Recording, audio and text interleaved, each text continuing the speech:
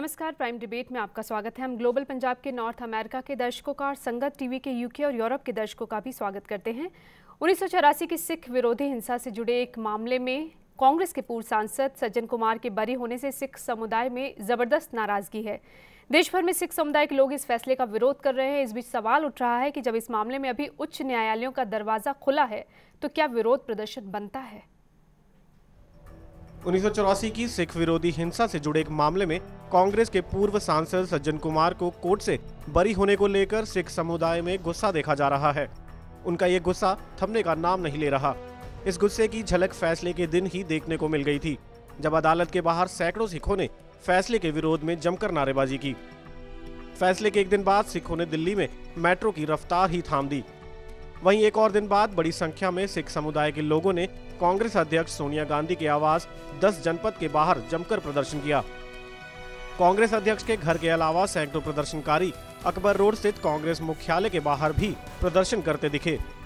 प्रदर्शनकारियों की प्रमुख मांग है कि सोनिया गांधी सज्जन कुमार को बचाने की कोशिश न करें और उन्हें कड़ी सजा दिलाएं। वहीं कई प्रदर्शनकारियों ने सज्जन कुमार के साथ साथ सोनिया गांधी का भी पुतला फूंका। इसके अलावा देश में कई जगहों पर सिखों ने सज्जन कुमार और कांग्रेस पार्टी के खिलाफ प्रदर्शन किया।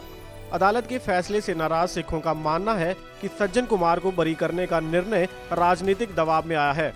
29 सालों से इंसाफ का इंतजार कर रहे सिख समुदाय के लोग इस फैसले से खुद को ठगा हुआ महसूस कर रहे हैं। गौरतलब है कि कोर्ट का फैसला सुनाए जाने के वक्त एक शख्स ने जज पर जूता फेंकने की भी कोशिश की थी। क्या जनता का अदालतों पर से विश्वास उठता जा रहा है या फिर हमारे देश की ये रीत बन चुकी है कि इंसाफ के लिए जनता को सड़कों पर उतरना जरूरी है? जानेंगे हमारे मेहमानों से। हमारे साथ स्टूडियो में मौजूद है नवकिरण सिंह, जो एक वकील हैं, मानवाधिकार कार्यकर्ता भी हैं, सतपाल जैन, जो चंडीगढ़ से भाजपा सांसद रह चुके हैं और जाने माने वकील हैं, आनंद प्रकाश, जो एक सामाजिक कार्यकर्ता है, और NS परवाना जी, जो वरिष्ठ पत्रकार हैं। आनंद प्रकाश जी, आपसे इस चर्चा की मैं शुरुआत करना चाहूँगी क्योंकि कुछ ही वक्त पहले आप खुद एक विरोध प्रदर्शन में शामिल होकर आए हैं। अभी जब आगे के रास्ते खुले हैं, फिर ये क्या विरोध प्रदर्शन जायज़ है? ये विरोध प्रदर्शन जो बिल्कुल जायज़ है, और जो 17 सेक्टर में आज प्लाजा पे विरोध प्रदर्शन हुआ उसमें सिर्फ सिख समुदाय के लोग नहीं थे, सभी जाति के लोग वहाँ पे प्रेजेंट थे। और उसमें सबका ये मानना था कि जुडिशियल सिस्टम में जजों ने जुडिशियल सिस्टम के मुंह पर कालिख पोती है और इससे जनता के विश्वास को बिल्कुल ख़त्म कर दिया है। और इस तरह से अगर फैसले होते रहे तो जनता में किसी किस्म का विश्वास जुडिशरी में नहीं रहेगा। नवकिरण जी, यहाँ फैसले पर सवाल उठाए जा रहे हैं। एक तरफ कहा जाता है कि न्यायालय है वो सर्वोपरि है, आगे के रास्ते अभी खुले हैं, हाई कोर्ट में जाया जा सकता है, उसके बाद सुप्रीम कोर्ट है। हालांकि हम मानते हैं कि बहुत साल हो चुके हैं। असल में जो फैसला आया है उसमें जो तथ्य सामने आए हैं, सज्जन कुमार का नाम क्योंकि लेट लिया गया जी, तो जज ने इस बेसिस पे बेनिफिट ऑफ डाउट देते हुए उसको बरी किया। अब जगदीश कौर ये बार बार कहती रही कि जब मैं थाने जाती थी और मैं कहती थी कि सज्जन कुमार ने ये सारा काम किया है, तो पुलिस वाले कहते थे कि हम उसका नाम नहीं लिखते। हाँ, बयान दर्ज नहीं किए गए, बयान दर्ज नहीं, ठीक नहीं दर्ज हुए। और अदालत ने इस अपने फैसले में ये भी कहा है कि पुलिस जो है वो दंगाकारियों के साथ मिली हुई थी। तो इस सूरत में अदालत का ये कहना कि क्योंकि जगदीश कौर ने आज से पहले या 22 साल पहले ये बात नहीं की, उसका नाम नहीं लिया पर्टिकुलरली, तो इसलिए बेनिफिट ऑफ डाउट में देता हूँ। तो मेरा ख्याल इन सर्कमस्टांसेस में ये कहना, हालांकि किसी का नाम 22 साल के बाद आए, ये एक डाउट तो क्रिएट होता है। हाँ। लेकिन जिस सर्कमस्टांसेस में ये सारी बात हुई और पूरी उसकी स्टेटमेंट के अगर हम संदर्भ में लें तो इसमें कन्विक्शन होनी चाहिए थी जी। और सबसे बड़ी ये बात है कि लोग ये मानते हैं कि वो दोषी है, तो फैसला कुछ भी हो, लोग ये कहते हैं कि हमारा इंसाफ नहीं हुआ।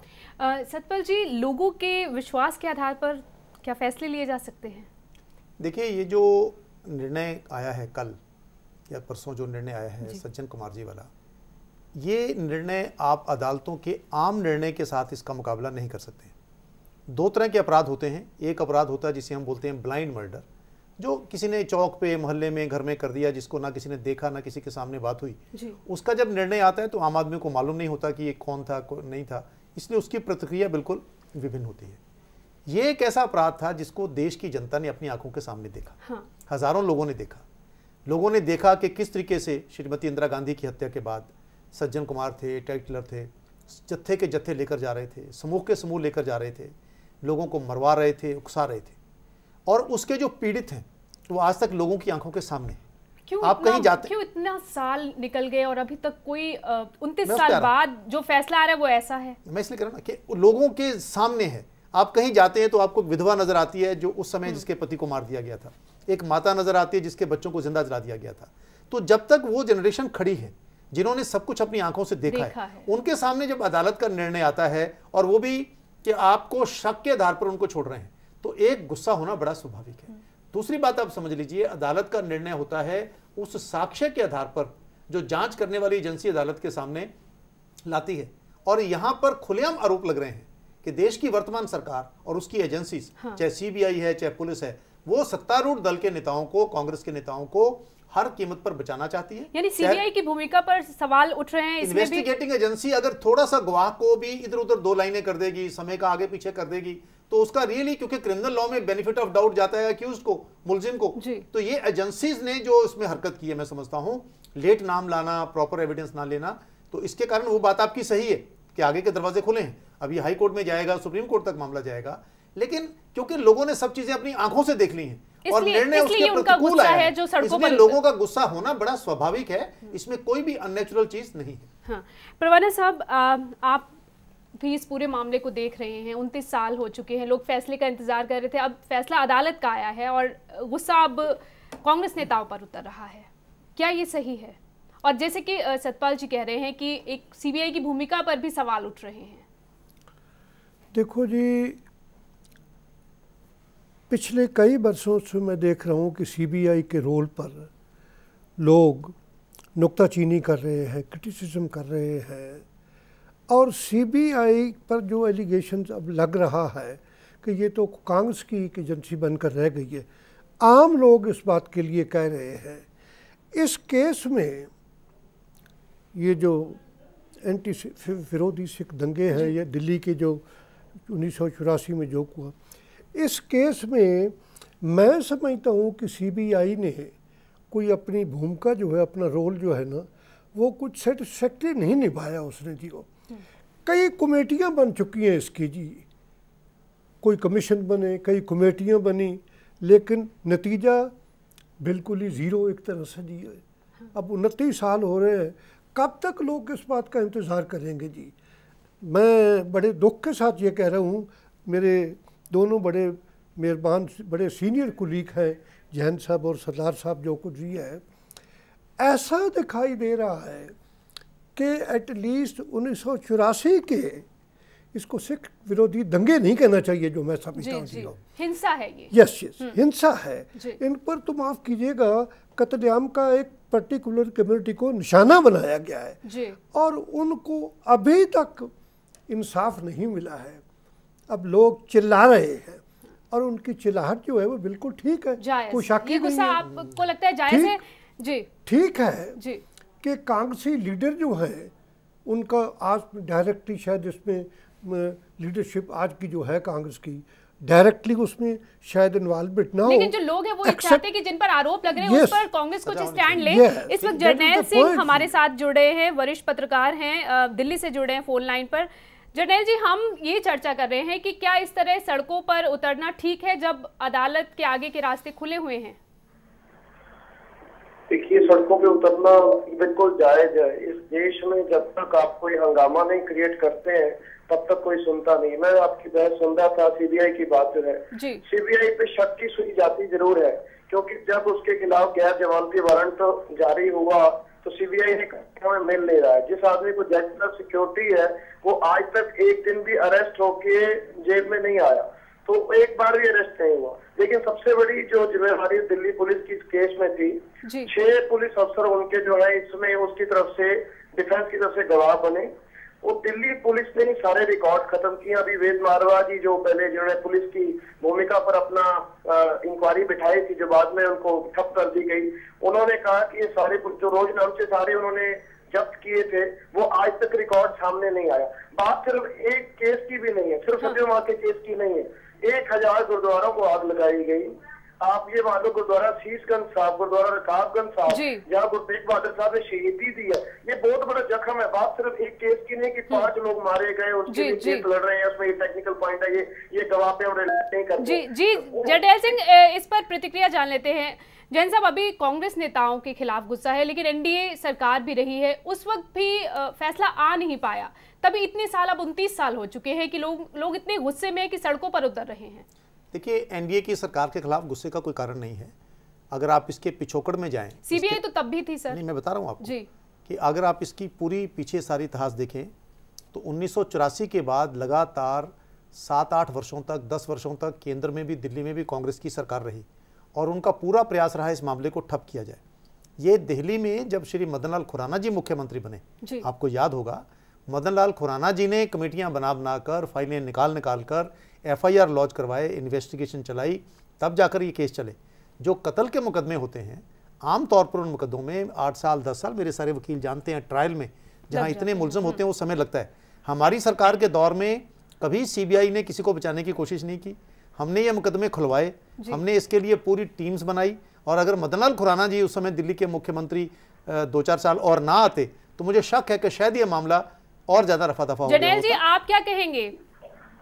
नहीं, ये बात देखिए, इसमें कांग्रेस का सबसे बड़ा दोष तो है, जिसके इस वक्त में कत्लेआम हुआ, जिसका प्रधानमंत्री था, जिसका गृह मंत्री था, दिल्ली पुलिस इसके अंडर थी और उसके बाद उनकी सरकार रही। ये सच बात है कि इसमें कांग्रेस सबसे बड़ी दोषी है, लेकिन बाकी पार्टियों ने भी उतना रोल अदा नहीं किया जितना एक्सपेक्ट करते। लेकिन मैं इनकी बात से सहमत हूं जैन साहब की, जो खुराना साहब ने उस समय जो RS नरोला कमेटी बनाई गई थी, तो उन्होंने उस समय जो और हीरो के बंदा जगजीत सिंह अरोड़ा, उन्होंने मिलकर एक कमेटी बनाई थी, तो उसमें काम होना शुरू हुआ। लेकिन कितनी बड़ी एक आपसे त्रासदी है कि नरसिम्हा राव सरकार को जब वो एफिडेविट दिए गए तो नरसिम्हा राव सरकार ने, प्रधानमंत्री ने वो एफिडेविट जब्त कर लिए, रोक लिए और देने से इनकार कर दिया ताकि कोई केस फाइल ना हो सके। तो बाद में धरना प्रदर्शन करने की धमकियां देनी पड़ी, नेशनल ह्यूमन राइट कमीशन का दरवाजा खटखटाना पड़ा।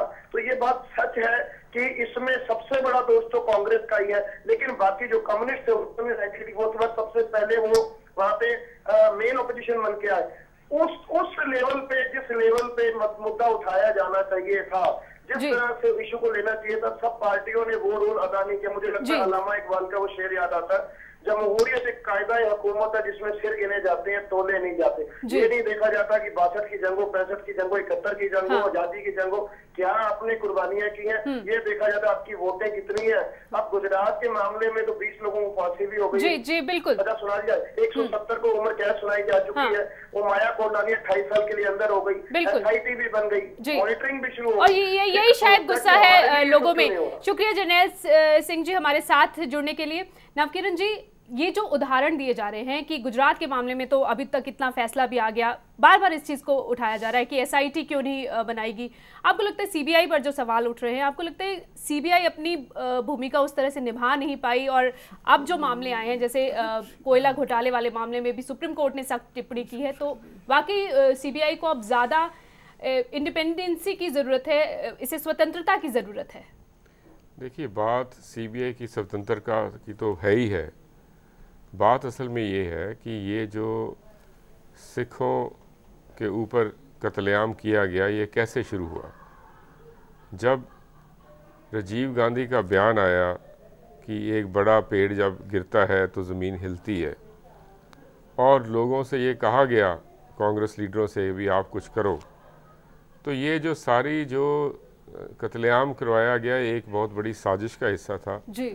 जब प्राइम मिनिस्टर ऑफिस से ये बातें कही जा रही हों, उसका तो असर पड़ना लाजमी था। असर पड़ना लाजमी था एक, और दूसरा कांग्रेस को उनको प्रोटेक्ट करना पड़ना था। अब यहाँ तो कांग्रेस अपनी गलती माने, इतना बड़ा किसी का जिगरा नहीं है। माफी मांगी है प्रधानमंत्री। माफी मांगने का तरीका ये होता है कि जिन लोगों ने ये कत्लेआम करवाया, माफी मांगने का मतलब ये होता है कि उस वक्त हमारी लीडरशिप सजा मिले। नहीं, ये कहते हैं कि उस वक्त हमारी लीडरशिप फेल हुई और ये हमने बात गलत कही, और ये जो, पर अब बात ये है कि सोनिया गांधी राजीव गांधी की बहू है, उसका बेटे को वो प्राइम मिनिस्टर बनाना चाहते हैं, तो वो कैसे कह दें कि राजीव गांधी ने गलती की है। सेकेंडली, गुजरात के केस में जो भी हुआ वो इसलिए हुआ है क्योंकि गुजरात के दंगों में बीजेपी जिम्मेवार है। हाँ। तो अपोजिशन पार्टी है, विपक्षी पार्टी है। इस तो कांग्रेस को इसमें माइलेज मिलती थी। अब यहाँ तो बीजेपी कल को पावर में आए और माइलेज लेने के लिए सिखों के साथ जो है इंसाफ किया जाए, ये मतलब कि पॉलिटिक्स की गेम है, मतलब सारी सियासत का खेल है, सारी सियासत की खेल है और जिंदगियों का कोई मायना नहीं है सियासत में। जिंदगियों के साथ खिलवाड़ हो रहा है। सतपाल जी, नवकिरण जी भी ये कह रहे हैं कि सियासत का खेल है। जर्नैल जी ने भी यही कहा कि मुद्दों को उतनी गंभीरता से उठाया, इस मुद्दे को नहीं उठाया गया जितनी गंभीरता से उठाना चाहिए था। उन्होंने सभी राजनीतिक दलों पर आरोप लगाए हैं। देखिए, मेरा इसमें यह कहना है कि जहां तक हमारा ताल्लुक है, हम तो बहुत लंबे अरसे से विपक्ष में हैं और हम तो इस सरकार की ज्यादती का स्वयं शिकार हैं। जैसा आपने कहा अभी गुजरात के मामले में, क्योंकि बीजेपी की सरकार थी इसलिए केंद्र सरकार ने दमखम पूरा लगाया। सीबीआई ने सुप्रीम कोर्ट में एक के बाद एक एप्लीकेशन, एसआईटी बनाइए, ये करिए, वो करिए, पूरा जोर लगाया। और इतना ही नहीं है, आज भी जो मालेगांव जो समझौता एक्सप्रेस में ब्लास्ट हुआ, उसके अंदर भी जो हिंदू समुदाय के लोग हैं उनको झूठे केसों में फंसाने की कोशिश सीबीआई और केंद्र सरकार पूरी तरह से कर रही है। ये सरकार किसी के साथ नहीं है। जहां इनको सूट करता है सिखों को दबाना, सिखों को दबाती है। जहां इनको सूट करता है हिंदुओं को दबाना, हिंदुओं को दबाती है। जहां मुसलमानों को करता है उनको दबाती है। मेरा इसमें सिर्फ एक बात कहनी ये है कि ये दुर्भाग्य की बात है कि ये सत्तारूढ़ दल अलग स्टेट में अपनी सुविधा के अनुसार अलग स्टैंड लेता है। कहीं वो सिखों को कहेगा, अगर मान लो 2 सिख कहीं एक्सट्रीमिज्म एक्टिविटी में इन्वॉल्व हो गए हैं तो सारी सिख कम्युनिटी को आप ब्लेम नहीं दे सकते, उनको सिख उग्रवादी कहोगे। 2 लोगों को पकड़कर आप सैफरन टेररिज्म कहोगे, हालांकि सैफरन तो त्याग का प्रतीक है इस देश में। तो ये ना होना चाहिए, गलत है। जो दोषी है वो दोषी है, वो किसी भी पार्टी का हो, किसी भी धर्म का हो, उसके साथ उसका व्यवहार होना चाहिए। और अपराधी का कोई धर्म नहीं होता है, कोई संप्रदाय नहीं होता। दूसरी बात, मैं समझता हूं कि जिस तरीके से गुजरात के मामले में केंद्र सरकार ने, सीबीआई ने सुप्रीम कोर्ट से दरखास्त करके एसआईटी बनवाई, सुप्रीम कोर्ट मॉनिटर कर रहा है, जो कि आमतौर पे क्रिमिनल लॉ में होता नहीं है। ट्रायल का मामला नीचे ट्रायल कोर्ट का होता है। मैं समझता हूं कि समय आ गया है, सीबीआई भी, केंद्र सरकार भी और सारे संबंधित पक्ष सुप्रीम कोर्ट में जाकर कहें कि जैसे आपने गुजरात के मामले में एसआईटी बनाकर सारे केसेस की मॉनिटरिंग की है, जो ये सिखों के कत्लेआम के केस चल रहे हैं, अभी कुछ चल रहे हैं, कुछ निर्णय आ गए हैं। बीजेपी नेता ये मांग उठा भी चुके हैं। हम ये बात को बिल्कुल सहमत हैं। एक कानून सबके मुताबिक होना चाहिए। अगर जहां, क्योंकि हम बीजेपी की वहां सरकार है, बीजेपी के लोग इन्वॉल्व नहीं है, लेकिन सरकार की कोशिश है कि हमको इन्वॉल्व किया जाए। जो समझौता ब्लास्ट में कोई हिंदुओं का, कोई हिंदुस्तानी हिंदू कभी उग्रवादी हो ही नहीं सकता। कोई सिख, जो सिख है सच्चा, वो उग्रवादी नहीं हो सकता है, लेकिन ये सरकार उनको फंसाना चाहती है और इसी का परिणाम निकला। आपने जब इंदिरा गांधी के कातलों को कातल ना कहकर सिख कातल कहा, तो आपने एक सिखों के बारे में एक संप्रदाय को आपने जोड़ दिया। आप जब 2 हिंदू अगर कहीं इन्वॉल्व भी हैं, आप उन हिंदुओं को हिंदू आतंकवाद कहोगे तो आप सारे हिंदू समाज के खिलाफ माहौल पैदा करना चाहते हो। आप 2 मुसलमानों को मुस्लिम टेररिस्ट कहोगे तो फिर आप एक संकेत देना चाहते हो सारी कम्युनिटी के खिलाफ। इस मामले में कोई राजनीति नहीं होनी चाहिए। जो आतंकवादी है, जो उग्रवादी है, कोई धर्म, प्रांत, जाति, समाज उसकी है, उसको ना करते हुए उसके साथ समान व्यवहार हो। कोई नेता, चाहे कांग्रेस का है, चाहे बीजेपी का है, चाहे अकाली दल का है, चाहे कम्युनिस्ट पार्टी का है, अगर किसी अपराधी केस में इन्वॉल्व है, उसके खिलाफ कानून के अनुसार कार्रवाई होनी चाहिए। बचाने का प्रयास नहीं होना चाहिए। नवकिरण जी, अब आपको लगता है, जैसे सतपाल जी कह रहे हैं, एसआईटी अगर गठित की भी जाती है तो क्या अब इतने गवाह वो मौजूद होंगे, सबूत होंगे कि उस एसआईटी के गठन से कुछ फायदा होगा? देखिए, ऐसे है कि अभी जो पीछे वहाँ होम चिल्ड्रन में जो केस हुआ है, जब हम उस केस को इन्वेस्टिगेट करने गए तो 32 लोग एक इंसिडेंट में इन्वॉल्व थे जी। और जब मैंने उनकी रिपोर्ट्स निकलवाई, एफआईआर्स की और कैंसिलेशन रिपोर्ट, उसमें उन्होंने कहा हुआ था कि कोई गवाह अवेलेबल नहीं है। लेकिन जो लोग वहाँ पर आए हुए थे, रिश्तेदार, उन्होंने मेरे सामने गवाहियाँ दी, मैंने रिकॉर्ड किया और उसके बेस पे मैंने हाई कोर्ट से एक रिटायर्ड हाई कोर्ट जज की इंक्वायरी बिठवाई है। सो पूरे देश में ये जो हुआ है, अगर इसको कोई ध्यान से देखे, अब मंशा ठीक हो सरकार की, क्योंकि अभी तक तो किसी ने डाटा भी अवेलेबल नहीं है किसी के पास। डाटा मैंने इकट्ठा किया है पूरे इंडिया का, आरटीआई के नीचे मैंने पूरा डाटा इकट्ठा किया है। और मैं ये सोच भी रहा हूँ कि सुप्रीम कोर्ट को कहूँ कि इसमें जो केस अभी तक इन्वेस्टिगेट ही नहीं हुए, कम से कम उनको तो री इन्वेस्टिगेट करवा दो। आपको लगता है कि एक उम्मीद की किरण है कि अगर जांच होती है सही ढंग से तो गवाह और सबूत मिल जाएंगे। ऐसे है कि सिख कभी निराश नहीं हो सकता। हाँ। माफ करना जी, मैं अपनी सारी उम्र भर लड़ता रहूंगा इंसाफ के लिए। इंसाफ नहीं भी मिलेगा तब भी मेरी जीत है, क्योंकि ये सुकून होगा कि लड़ाई लड़ी है। ये जरूर आना चाहिए कि किसी ने लड़ाई लड़ी और उस लड़ाई में उसको इंसाफ मिला या नहीं मिला, ये तो किस्मत की बात है। लेकिन एक सज्जन कुमार का केस हारने से ना सिख कम्युनिटी बैठेगी अपने हकों के लिए और अपने सच्चाई के लिए और इंसाफ के लिए लड़ती रहेगी। और अगर हमको इंसाफ नहीं मिलता तो कम से कम ये जो ढांचा बना हुआ है ये तो नंगा होगा। जी, परवाना साहब आप क्या कहेंगे? जैसे अब ये कह रहे इंसाफ की लड़ाई चलती रहेगी, अब 29 साल तो पहले ही हो चुके हैं, हालांकि उम्मीद कर रहे हैं अभी नवकिरण जी। मेरी राय में जी अब तक इस केस में 1984 के जो सिखों का कत्लेआम हुआ उसमें आई एम सॉरी टू से हिंदुस्तान की जो जुडिशरी है वो बड़ी इंडिपेंडेंट है, बड़ी रिस्पॉन्सिबल है, मानना पड़ेगा सर। लेकिन इस केस में 1984 के केस में सॉरी टू से कि जुडिशरी भी अपनी पूरी रिस्पॉन्सिबिलिटी निभाने में पूरी तरह वो उसको सक्सेसफुल नहीं कहा जा सकता है। हिंदुस्तान की जुडिशरी बड़ी तारीफ सुनी है इंटरनेशनल लेवल पर जो भी है। अब तो हालात इस किस्म के पैदा हो चुके हैं कि जुडिशरी पर लोगों का भरोसा उठ रहा है इसका तरह। हालांकि हिंदुस्तान की जो सुप्रीम कोर्ट जो है इसमें लोगों का बड़ा विश्वास है, वो समझते हैं कि इंसाफ मिलेगा, लेकिन कब मिलेगा? क्वेश्चन तो ये है कि 29 साल हो गए हैं। अब मैं समझता हूँ आई मे बी रॉन्ग और मैं गलत भी हूँ तो अच्छा रहेगा कि सिखों में एक ये भावना उजागर हो रही है कि इस देश का जो इंसाफ है, जो जुडिशरी है इस देश की, वो शायद अलग अलग किस्म की है, उनके लिए अलग है, दूसरे लोगों के लिए अलग है। अगर ये बात ना हुआ, अगर ये बात ये इंप्रेशन दूर ना हुआ तो ये मैं समझता हूँ कि ये देश की एकता और अखंडता के लिए भी ये खतरनाक साबित। आनंद जी, आप इस चर्चा को खत्म करने का वक्त आ गया। आप क्या कहेंगे कि क्या ये प्रदर्शन इसी तरह से जारी रहेंगे जब तक इंसाफ नहीं मिलता, या फिर कुछ और करने की सोच सकते हैं? देखिए, खाली प्रदर्शन से कोई काम नहीं चलेगा। आज 17 सेक्टर में मैंने जो लोगों का रोष देखा वो खाली सिख समुदाय से नहीं थे, सारी कम्युनिटी से लोग आए थे और वो जुडिशरी के खिलाफ भी और अपराधियों के खिलाफ भी अपना प्रदर्शन शो कर रहे थे। और यहाँ तक बात आई है कि इस देश में फिर उधम सिंह और भगत सिंह जैसे लोग आगे आएंगे और उसमें फिर क्या होगा कुछ नहीं कहा जा सकता। तभी कुछ व्यवस्था में शायद बदलाव हो सके। शुक्रिया आप सभी का इस चर्चा में शामिल होने के लिए।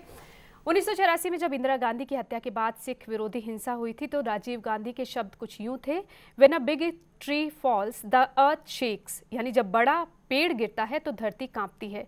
लेकिन धरती जब कांपी थी तो हजारों सिखों को जान गंवानी पड़ी थी। कहने का मतलब ये है कि गुस्सा आना लाजमी है और इस लिहाज से आज सिखों को गुस्सा भी जायज़ ठहराया जा सकता है। लेकिन ठीक उसी तरह जैसे हम गुस्से को खून में सना नहीं देखना चाहते, वैसे ही कोई ये नहीं चाहेगा कि किसी दूसरे का गुस्सा परेशानी का सबब बने। सज्जन कुमार को निचली अदालत ने बरी किया है। सिख समुदाय के पास मौका है ऊंची अदालतों का दरवाज़ा खटखटाने का, और ऐसा भी नहीं है कि हमारे देश में किसी को इंसाफ नहीं मिलता। इंसाफ की आस हमें रखनी चाहिए। नमस्कार। खबरों की दुनिया में आइए, हमारे साथ कहीं भी और कभी भी जुड़िए। हम मिलेंगे फेसबुक पर, हम दिखेंगे यूट्यूब पर, हमें फॉलो कीजिए ट्विटर पर। खबरों के साथ बने रहिए रात दिन।